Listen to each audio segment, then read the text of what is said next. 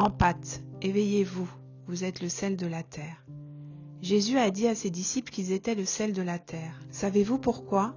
Parce que le sel préserve la viande de la pourriture, mais aussi parce que le sel rehausse la saveur de la nourriture. Pendant de nombreuses années, nous avons été, en tant qu'empâte, une batterie externe pour les autres.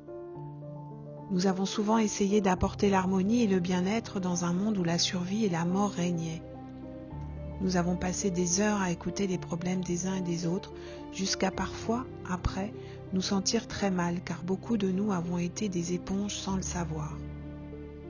Par contre, la personne en face, elle, était rechargée.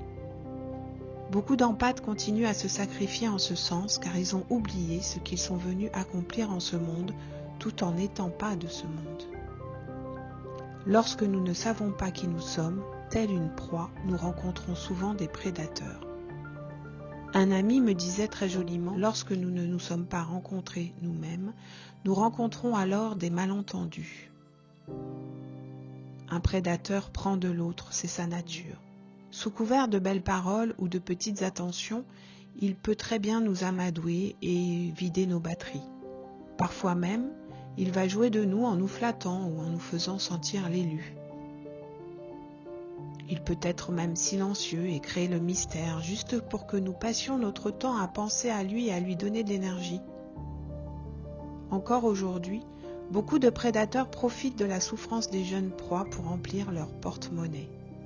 Stages divers et variés, niveaux à atteindre, flammes purificatrices. Et je ne parle pas que des hommes, il y a des femmes qui ont fortement ce masculin abuseur et qui vendent du rêve phallique en étant dans une énergie féministe tout en abordant un discours de féminin sacré. Ce sont des personnes à qui beaucoup d'empâtes donnent leur pouvoir, pensant trouver des solutions à leurs problèmes. Nous vivons encore aujourd'hui dans un système pervers où la proie va continuellement essayer de se faire aimer par le prédateur ou d'améliorer son état. Le but inconscient de la proie est souvent d'aider l'autre, car elle a souvent ce sentiment d'impuissance et voudrait être reconnue et aimée. Mais la proie reste toujours la proie, tant qu'elle n'entre pas dans un vrai processus d'individuation. Et le prédateur restera toujours le prédateur tant qu'il ne rentre pas dans un vrai processus d'individuation. Tant que nous n'opérons pas notre deuxième naissance, tant que nous n'éveillons pas notre feu christique au plus profond de nos entrailles, de notre ventre, alors nous ne pouvons pas être des disciples de Jésus et ainsi marcher sur son chemin, celui de la vie et de la vérité. Pour éveiller le sel de la terre que nous sommes, pour marcher sur les pas du Christ et pouvoir opérer notre deuxième naissance, il est primordial d'éveiller ce sel en nous, dans notre chair, pour la préserver de la pourriture que nous continuons à alimenter. Aucune technique et aucune purification extérieure ne permet à ce sel de s'éveiller. Dans l'alchimie, le sel représente la substance fixe, la base solide sur laquelle se construit la transmutation. Il représente l'aspect corporel et terrestre de l'individu, mais aussi le principe de stabilité et de purification. Ainsi, le sel est l'élément primordial dans le processus de transmutation alchimique. Ce principe rappelle la nécessité de s'ancrer, de s'enraciner dans des valeurs solides et de les aligner avec nos actes. Sans stabilité intérieure, aucun édifice, qu'il soit matériel ou spirituel, ne peut tenir. Il m'a fallu traverser mes enfers avant de me retourner en Christ et éveiller cette stabilité. J'ai été une batterie, une béquille et un carouage pour les autres, et ce, pendant des années. J'étais une belle proie, fade, et ma chair n'était pas protégée de la pourriture car j'avais oublié que j'étais le sel de la terre. Comme un fruit pourri, ma chair était en proie à des vers, des insectes et d'autres phénomènes qui participaient à cette putréfaction, encore et encore. C'est après toutes ces traversées que j'ai compris qu'il me fallait nourrir la vie au plus profond de mes entrailles. En cherchant encore la solution à l'extérieur, je ne faisais que nourrir la mort et la survie. Ainsi, l'éclosion du fruit nouveau ne pouvait avoir lieu. Mais je ne savais pas comment rehausser la saveur. Et puis un jour, J'en ai eu fini de fuir, de me fuir, et de me faire du mal à tourner en boucle dans des expériences spirituelles ou des thérapies diverses et variées qui ne faisaient que nourrir la putréfaction et la mort. J'en ai eu fini avec la croyance qu'il fallait marcher au bout du monde à la recherche d'un trésor perdu et que ce pèlerinage allait me permettre de le trouver. J'ai su que ce trésor était en moi, au plus profond de mes entrailles, derrière les couches et les strates de non-amour. J'avais simplement oublié que le Christ était au plus profond de mes entrailles et que mes entrailles appelaient à l'éveil à la vie. Je l'ai su car la vie m'a arrêtée. Je n'avais plus d'argent, plus de travail, plus de mari, plus de belle maison avec piscine. Tout l'extérieur, toute la matière s'était évaporée, tout simplement parce que j'ai cru que la spiritualité était une finalité qu'il fallait que j'atteigne, alors que j'avais tout bonnement continué à être le bourreau de moi-même pour alimenter ma proie. Mon mental égo et mon égo spirituel continuaient à alimenter la victime mendiante d'une solution à l'extérieur. Ça a été pour moi une désillusion totale, la révélation, l'apocalypse. Je suis alors restée dans le silence, j'ai arrêté de chercher.